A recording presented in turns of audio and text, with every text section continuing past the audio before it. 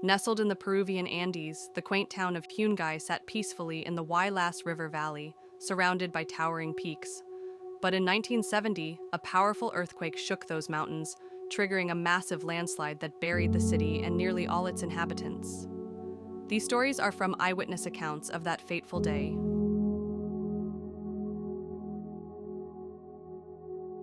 When the earthquake struck, I was in the Huaraz hospital for treatment of 2 fingers which had been badly cut 2 days before. The movement started slowly with a sound like the roar of an airplane. It came in 3 waves, the last about a minute after the first being the strongest.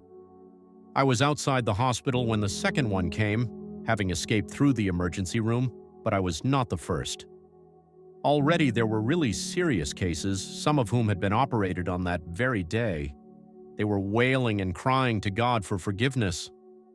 Right ahead of me, the ground gaped open a foot wide and closed again. Within seconds, a cloak of choking dust enveloped us and kept us from seeing anything. I rushed out into the street to see if anyone was alive out there. The hospital was built of reinforced concrete and so only lost roof tiles, but the whole rest of the city was squashed flat. I rushed up to my house, which I was convinced would have withstood the quake because I had finished building it only a month before. A crowd of people were hurrying towards the hospital, carrying the injured and corpses. I recognized only my grandmother, who was running back, fearful she would find me dead. My wife, who had left the hospital with my grandmother after visiting me moments before the earthquake, had run home carrying our 6-month-old baby to see whether our daughter of 3 was alive. Luckily, she had gone out with her grandfather to gather corn. I found them all in front of my ruined house, weeping. I immediately rushed to look for a neighbor family I knew and found the mother covered with dust. She had been trying to escape with her 2 small sons under her arms when the door collapsed. She had to be released by neighbors. Then I went to my grandmother's and my aunt's houses. One of the latter's sons had been crushed and died soon after I got there. All night the people were outdoors, without food, without shelter. The hospital was a cemetery because it was impossible to care for all the injured. Many died for lack of attention who otherwise would not have.